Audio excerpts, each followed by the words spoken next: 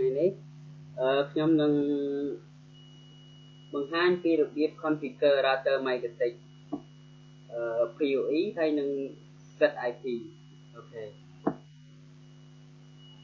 Ok từ 4 dân chấp đám. Ok bờ Winbox mà ini Winbox. Ok ấy dân select nè IP mẹ train bảo viết. Ok default bảo viết từ router Mikrotik default bảo viết từ admin password thế từ như là admin username. Ok cái dân login cho nóចំណុចដំបូងយើងត្រូវ add prison. អូខេចូលមកកន្លែង add print អូខេហើយយកពាក្យនេះសញ្ញាបូកហ្នឹង add new sorry អូ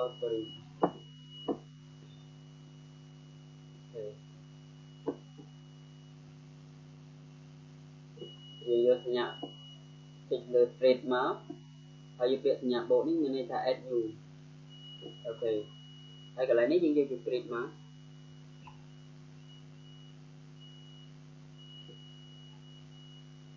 មកយើង apply. អូខេហើយនៅក្នុង print នេះយើងក៏ត្រូវ add port របស់វា add port LAN ហើយនឹង VLAN បើ internet. អូខេចូល port. អូខេ add new ដូចគ្នាហើយកន្លែងនេះយើងជ្រើសរើសយក internet លេខ 2.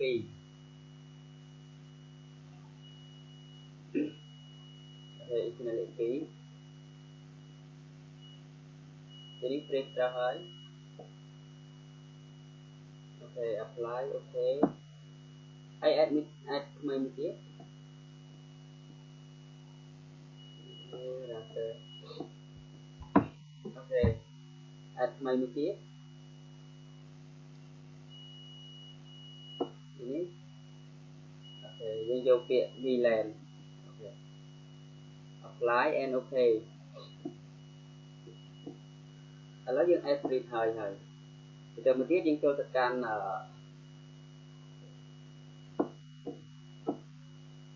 wireless មក interface. អូខេយក interface នេះឃើញទេវាអត់ export វាអត់ enable ទេយើង select លើវាមកហើយយើង enable. អូខេ enable ហើយយើង double click លើវាមកយើងនៅកន្លែង mode ហ្នឹងយើងដូរវាទៅ AP print. អូខេ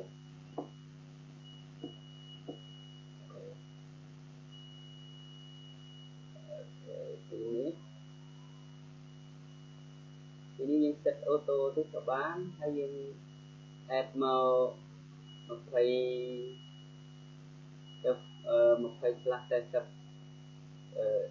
MHz នេះក៏បានហើយកន្លែង Mikrotik នេះយើងដាក់ឈ្មោះ SSID នេះអូខេយើងដាក់ឈ្មោះមកឧទាហរណ៍ខ្ញុំដាក់ថា Sky. អូខេខ្ញុំដាក់ទៅ channel របស់ខ្ញុំមក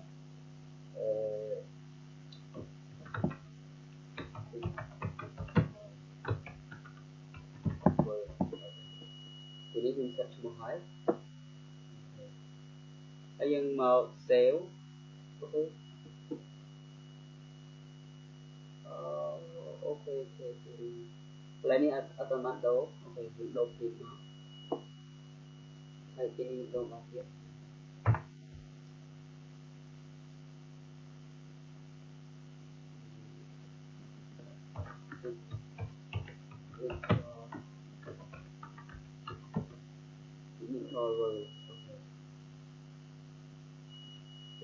អូខេមក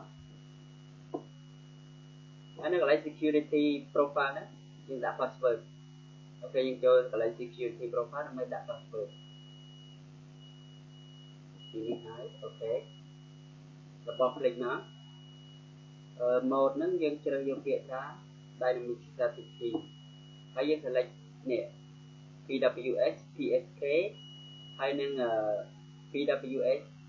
PWA PS PWA 2 PSK ok thì đi dương select các bạn hay dương add các bạn thì ok password bao nhiêu ok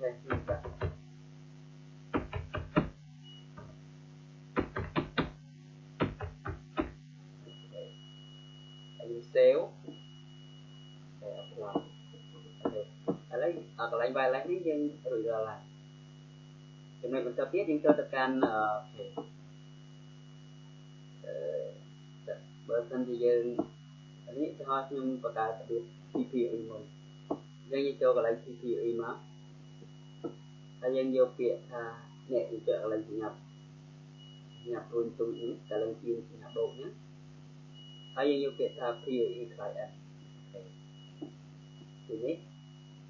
ok hay dân cho del out thì nếu dân sẽ account nó thì nhưng cũng có nhưng nhà IP có dân nhà IP nơi sang công ty bằng Israel đây công ty nhưng mà tân thế ở những lúc ad thằng lê vĩnh thằng đó nó đã đài sale có thể apply từ một tiết chúng tôi cần IP thì IP hay giúp cho là addressนี้យើងត្រូវតែ add LAN របស់ router ទេព្រោះ IP internet វា load auto មកតែសារនេះយើងប្រើ PPPoe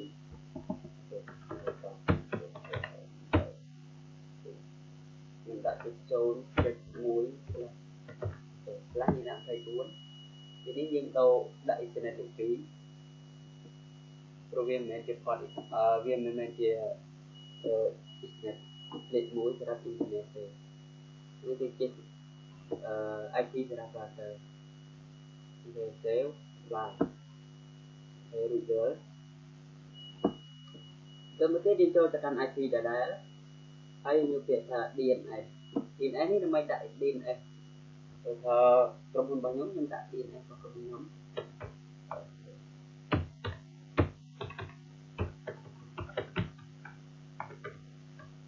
ហើយទៅកន្លែងអ្នកពុយក្រោមហើយអូខេ right save apply អូខេទៅមកនេះយើងចូលទៅ IP ដដែលហើយយើងយកពាក្យថា DHCP server អូខេហើយចូលកន្លែង set up មកដើម្បី set up DHCP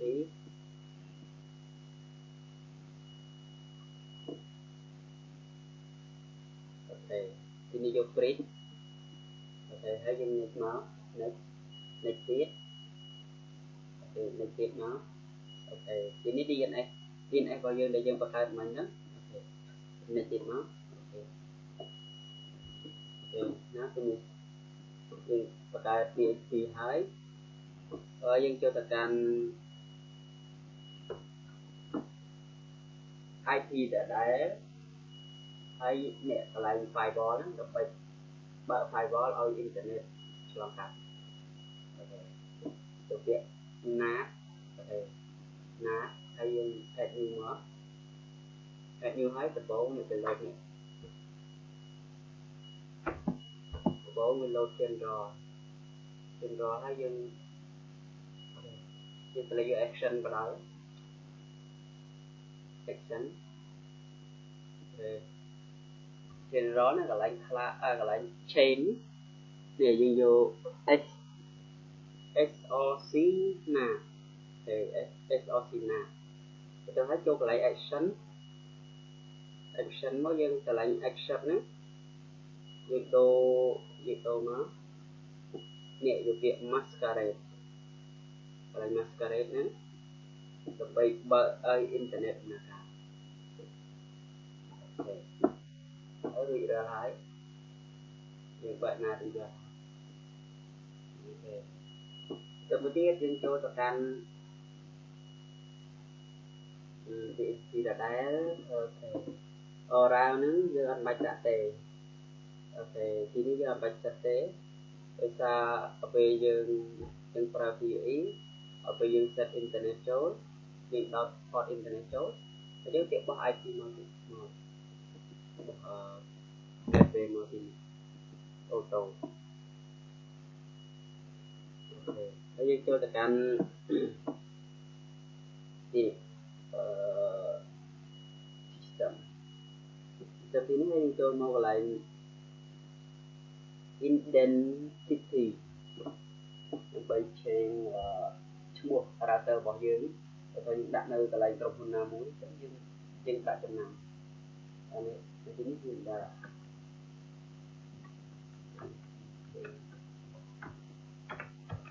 office ok đây thì office itu apply ok ini ok ini semua mulai yang đầu mà nó cái mới tiên cho tất cả system đấy bây giờ change password ini password cho system máu hay địa password ô password bao giờ chưa ăn bài đại người ta ô password bao nhiêu giờ thì ở đến nhưng add new mà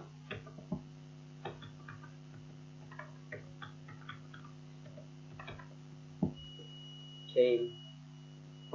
ok lớn nhưng tôi password ra thấy và nhưng tôi đặt luật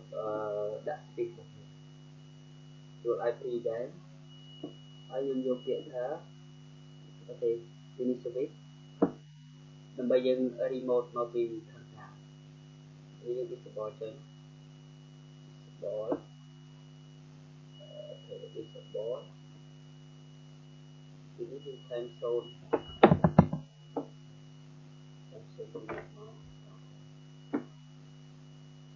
đấy là này cho như cái support đó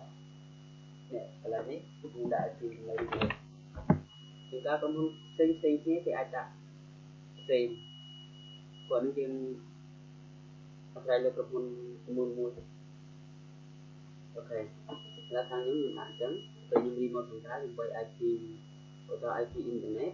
cái dùng với IP thấy chúng ta còn còn xong còn nó hay là lợi chỗ vào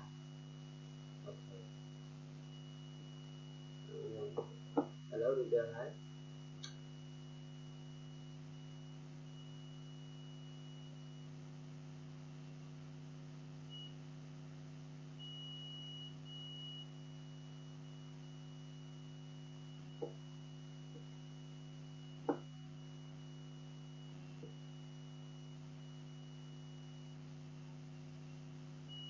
thế thì mình dùng tốt một là nhiều mua wifi dùng data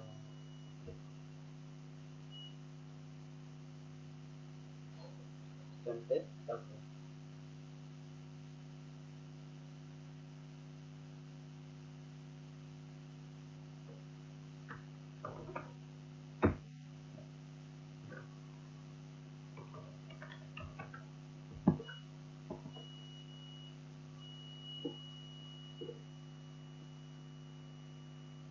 ok bây giờ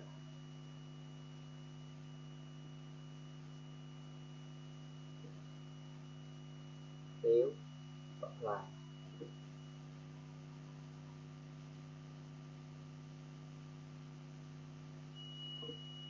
đây nữa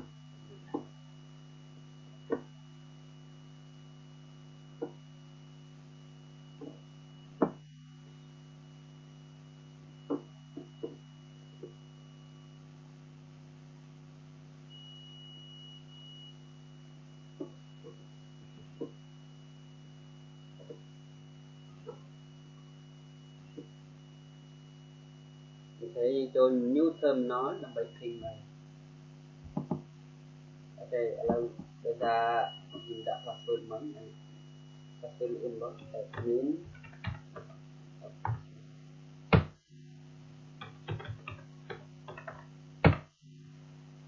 ok mình đã cho nó đi thi này theo internet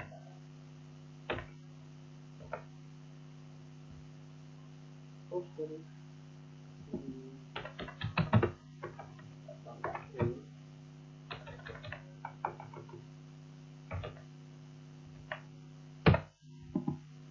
am out no internet okay you restart them vô lại system ok không tốt thôi nhưng bắt lại add IP hả để cái bắt lại xong đó nhưng vô lại IP ok address cô để sao không flash nhưng pra IP static ấy ở đây như cho add lại nó đó đọc được rồi quay chết mùi chết rồi quay slash cây buồn ok anh ấy active mình gặp những đạp bài lại từ nó internet cái lệnh một vị ví dụ thơ bật thân thì anh đã rồi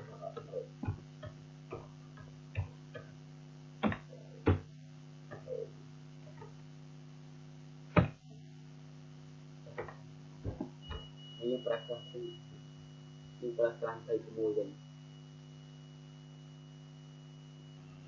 sai lơ cầm hồn thì ta cầm hồn praktek praktek thầy mùi ha praktek thầy praktek nó là sai lơ cầm hồn bao giờ để giờ thua cả cho mùi có cái trên chat cái gì phơi chẳng internet thì internet lệ mùi của cái IP bảo internet bữa nay thì dân đại thì nói như tao đặt internet lệ mùi đầm bay ở internet cho một con lệ mùi bằng là tờ bằng đường thế vậy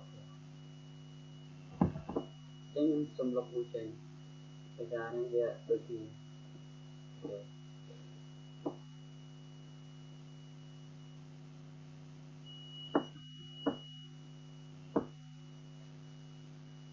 thế đôi khi giờ hái thế thì reboot là cho thì reboot tôi hay kita reboot sampai smart đại dân thua từng óc thì ra tập sale thì auto sale chúng ta ra tới khác cho đại dân reboot bằng sale ra tới khác nào thì đại dân tập thông đá thì việc sale auto chẳng những reboot sampai ở các bạn đặc biệt cho bạn sale vật này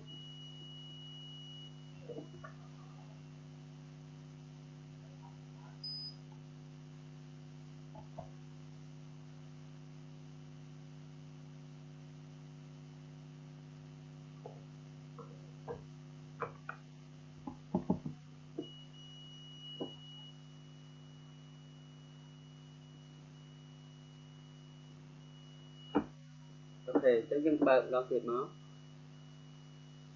bây check mưa thà việc là nét gì đó để trở thành tiền bọn nó ok nhé biết một ok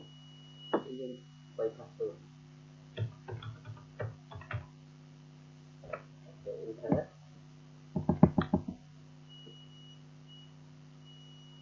ok cho nó nhưng cho cái lại interface nó nè PPPoe hay cho cái lại nè thà rào bằng biển IP hay cho rào nó nè ok nè được bằng màu PPPoe of one ok ini này IP để dân set nó apun sama satu sana sumpah subscribe sampai hanya menggunakan yang PPPoe mentol sama apun sendiri di subscribe like and share apunច្រើនbye bye see chúc video video